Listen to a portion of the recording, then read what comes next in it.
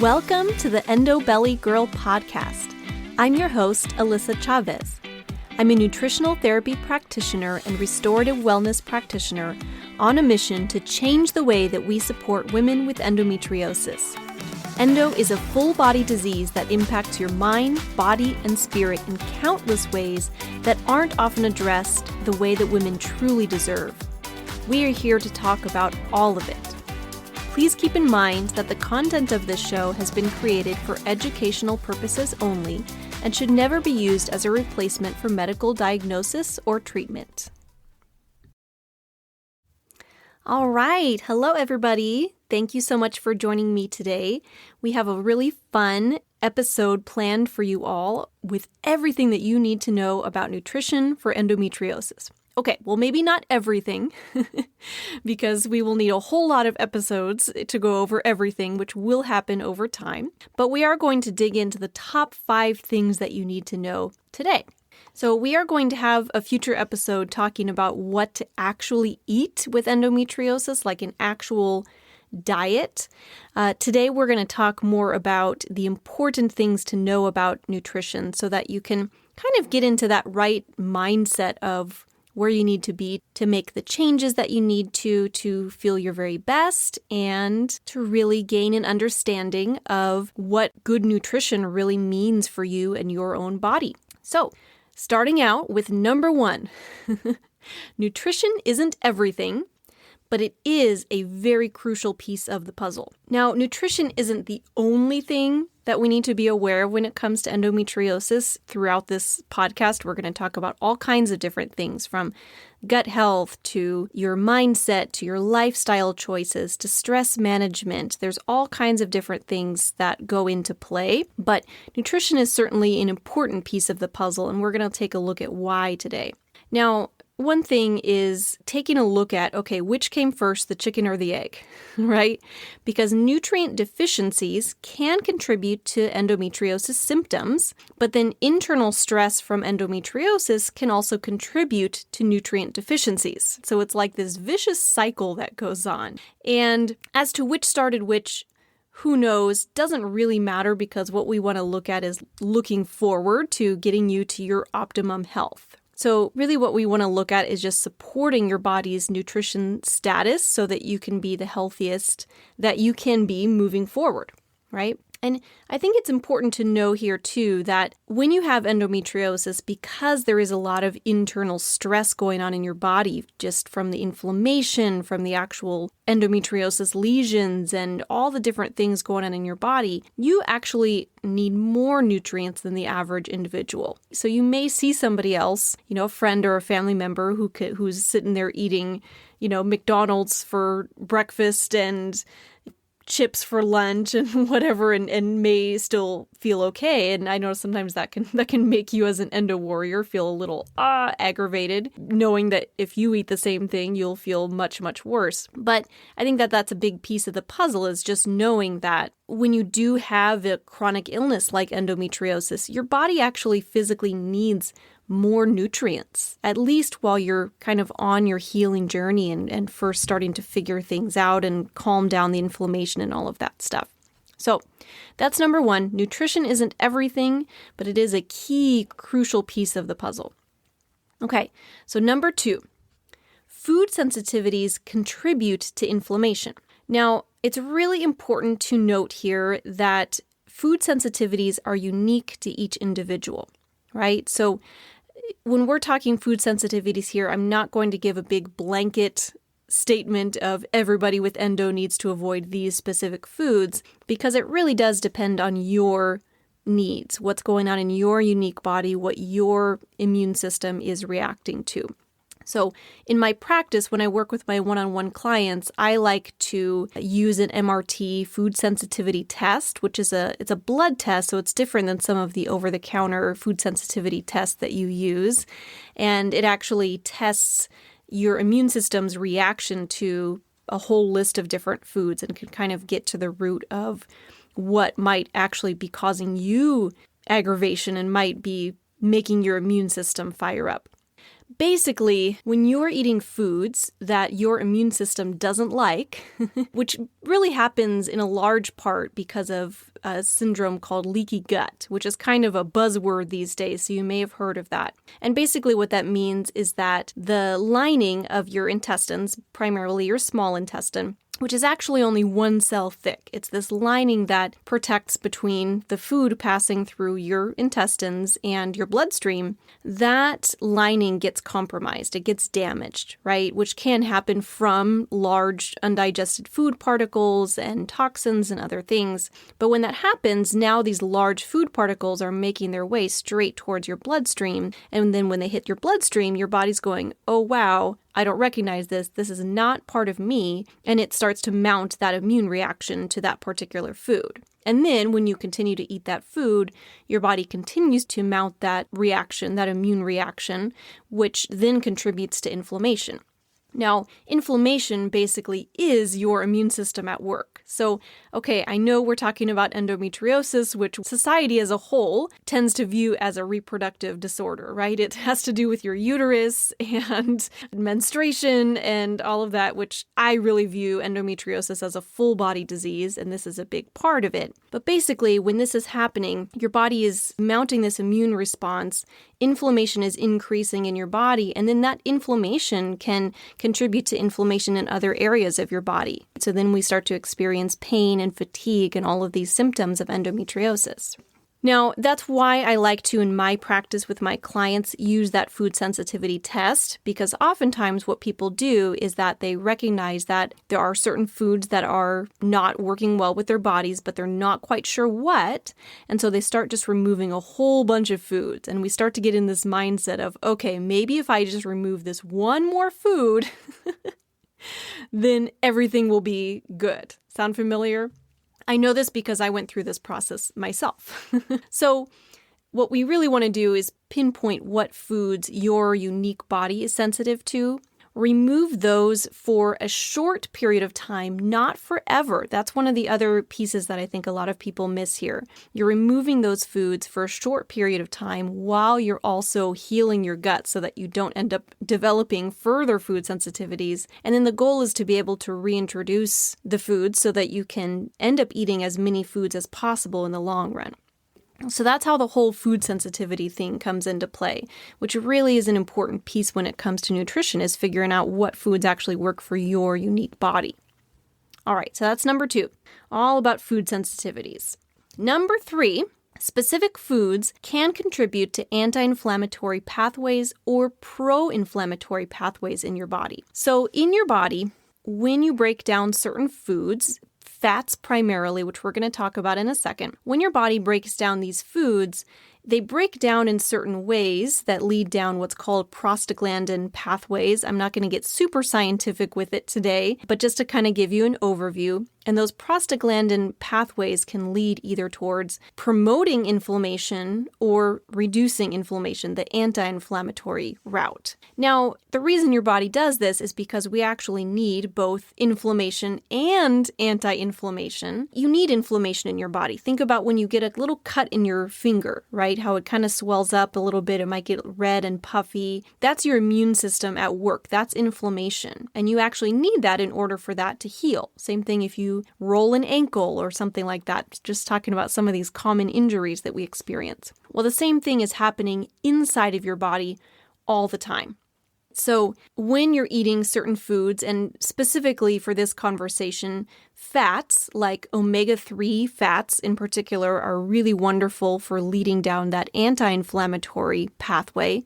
It can be helpful for when your body is super inflamed, like it typically is in the case of endometriosis. If you're experiencing pain and you're experiencing fatigue, odds are there is inflammation in your body, whether it's coming from endometriosis or other things. And then the opposite is also true. When you're consuming a lot more omega-6 rich foods, particularly when you're looking at oils like vegetable oils, that's going to include actual vegetable oil, canola oil, soybean oil, even sunflower and safflower oil, definitely anything you see on a package that says hydrogenated oil of any kind. Those types of fats are going to really lead towards that pro-inflammatory pathway.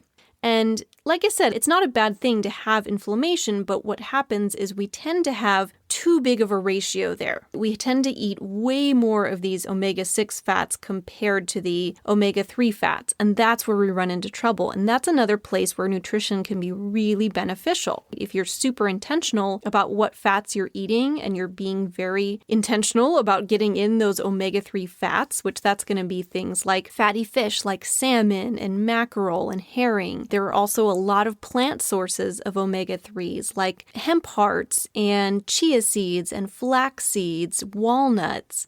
There's all kinds of different sources that you can use, and even getting a wide variety of those all throughout your day can be really beneficial. And those fats can actually help to reduce the inflammation in your body. I myself, and often with my clients, will also supplement with a high dose, but also high quality, that part's important, omega-3 supplement, and that can be really beneficial too, although we'll talk more about supplements on another day. Today we're going to focus more on nutrition, right? Eating those high quality foods. And there certainly are other foods that can contribute to inflammation and can help to combat inflammation. When we're looking at promoting anti-inflammatory pathways, we're looking at things like ginger and turmeric can be really beneficial. So there's some spices like that are really wonderful. When we're looking at the pro-inflammatory, you're looking at things like processed foods and sugar and alcohol. And again, those foods that your unique body is sensitive to. So if we can work on not being perfect, but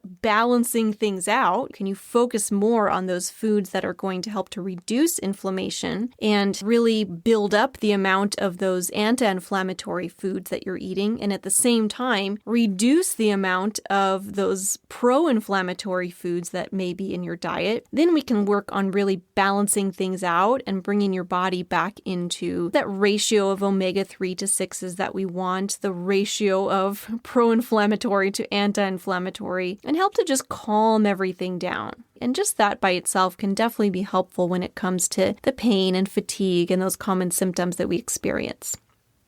Okay. So moving on to number 4, which is what you eat literally makes every cell in your body and every function in your body. So it's that phrase, you are what you eat. Or more specifically, with the way that I work, is you are what you can absorb. And we're going to talk a lot more about digestive health in future episodes here, but that is a key piece of it, right? Because you can be eating the healthiest diet in the world, but if your body isn't able to really absorb the nutrients the way that it should be, then you may still have a much lower nutrient status than you should. So you are what you can absorb. Now, when I say every single cell in your body is made up of what you eat, I mean that quite literally. The nutrients that you eat actually physically make up the cells of your body. So even if you look at the wall of the cell, the part that kind of holds it all together, that is made of lipids, which are fats. So you actually need to consume fats in your diet in order to create that cell wall in an efficient way. Along with that, creating anything in your body, you want to create hormones, your estrogen and your progesterone, which you certainly do.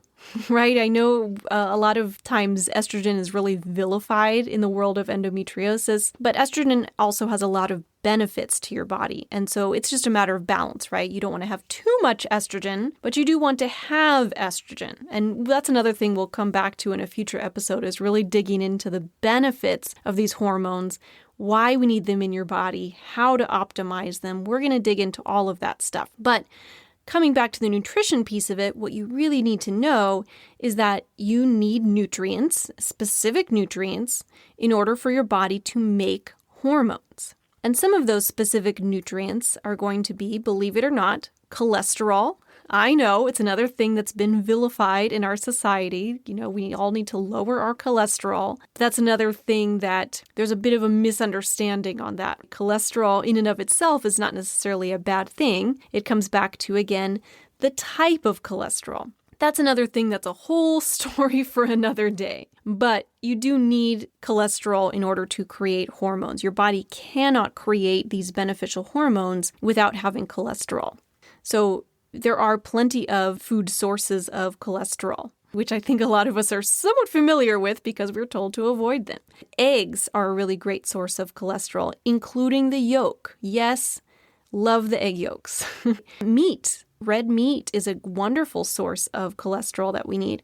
And in addition to that, both of those things, eggs, meat, are wonderful sources of protein, which happens to be another thing that we need to be able to actually build and create hormones in our bodies. So when we're looking at protein, I'm a big fan of the animal sources of protein. They're much more bioavailable for your body. So looking at the pasture-raised eggs and poultry, grass-fed meat, wild-caught fish and seafood, dairy products if you can tolerate them. Not everybody can. There are certainly plant sources of protein as well, which can be helpful, although of course they don't have all of the types of amino acids that your body needs to be able to break down. So it's a matter of being a little more intentional when you are looking at plant sources of protein.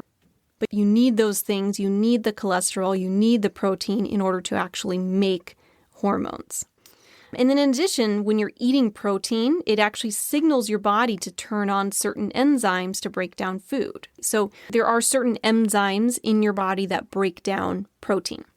And if your body is not sensing that there is enough protein in there, it's not going to turn on those enzymes. And then what happens is your body kind of shuts that down or makes less of those enzymes because it decides that they are not necessary. And then when you start eating protein, now you feel like, okay, my body's not really breaking this down. Like maybe you just feel like your stomach is really heavy after eating protein, or you feel very averse to it. You just don't really feel like eating it. Well, that may just mean that your body's lacking the enzymes to actually use that protein and be able to break it down into the amino acids that it needs to do things like, I don't know, make hormones and build muscle and all the many, many things that protein does for our bodies. Gives us energy for sure. That's a huge thing. So again, if you're struggling with fatigue, guess what? Eating protein can actually be a huge piece of the puzzle with that. So what you eat literally becomes every single cell in your body, every function in your body. Your body cannot do the things that it needs to do, any of the things it needs to do, from digestive health to regulating your blood sugar to regulating your immune system to creating hormones to reproductive health. Your body cannot do any of that unless you actually ingest the nutrients that you need, right? The way that our human bodies are built, that is how we get nutrients, right? There's certain things like, yes, you can get vitamin D from the sun. We all know that, but we are not plants, right? You need more than that. And many of us don't get enough sunlight either, which is a whole other story.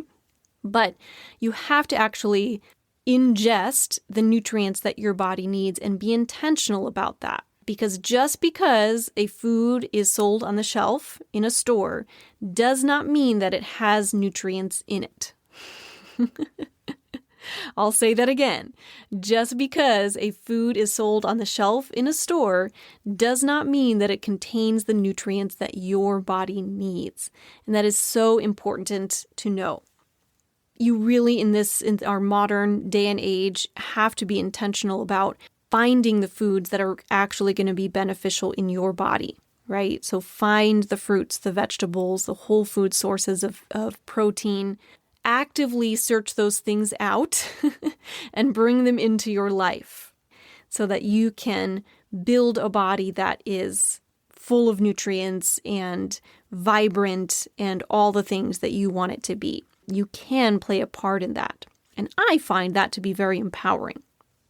Okay, so last one for today, number 5, is knowing that there are so many things in our day-to-day lives that cause nutrient deficiencies. So this comes back to the earlier conversation that we were having about your body just needing the nutrients, and that the stress from endometriosis depletes the nutrients a little bit more than the average human body. But there are other things that go on in our day-to-day lives, both from things that we're exposed to, things that are going on internally that can burn up nutrients faster than they would on an average day or in a really healthy body. So let's take a look at a few things so that you can have an awareness of where some of the nutrients that you're eating may be going and what things your body may end up becoming deficient in because of it. And you may notice some patterns here as we're going through these things. Okay, so number one is stress. I know you're probably listening to this going, well, great. How am I possibly going to eliminate stress from my life? Odds are you're not, right? That's just the truth of it. Unless you're going to remove yourself from society and go live in a cave, which I think would be actually very stressful in different ways anyway. So that's a different story. You're not going to remove all stress from your life. And this is something else that we'll discuss much more in future episodes. But managing and reducing your stress is going to be an important piece of the puzzle for your health. Because when your body is under stress, and that can be external stress like your job, your relationships, your car, your traffic that you're sitting in, whatever it may be that causes stress in your life, that stress or internal stress, right? Internal stress can be things like digestive dysfunction and imbalances in your gut, blood sugar dysregulation. There's all kinds of things that happen inside of our bodies that can contribute to that stress bucket as well. All of that, both the internal and the external stressors, actually burn up nutrients faster. And the key nutrients that stress tends to burn up are zinc and magnesium. And so lo and behold, those are two of the nutrients that I find are very commonly deficient, not just with endometriosis, I would say just with the general population, because who doesn't have some sort of stress in their lives? Other things that can really impact your nutrient status are medications. And this is by no means me telling you to go off medications. Please work with your doctor on that. Sometimes medications are necessary, but it can also be possible, if it's not contraindicated, to supplement with certain things that your medications might be depleting in your body. Birth control is a very common example of a medication that actually contributes to a lot of nutrient deficiencies. And most likely this is something that your doctor may not have mentioned to you, but it is actually a well-known fact of birth control, at least within the holistic communities that I find myself in. And some of those nutrients that birth control tends to deplete include folic acid, vitamin B2, vitamin B6, vitamin B12, vitamin C, vitamin E, magnesium, selenium, and zinc. I know, that's a long list.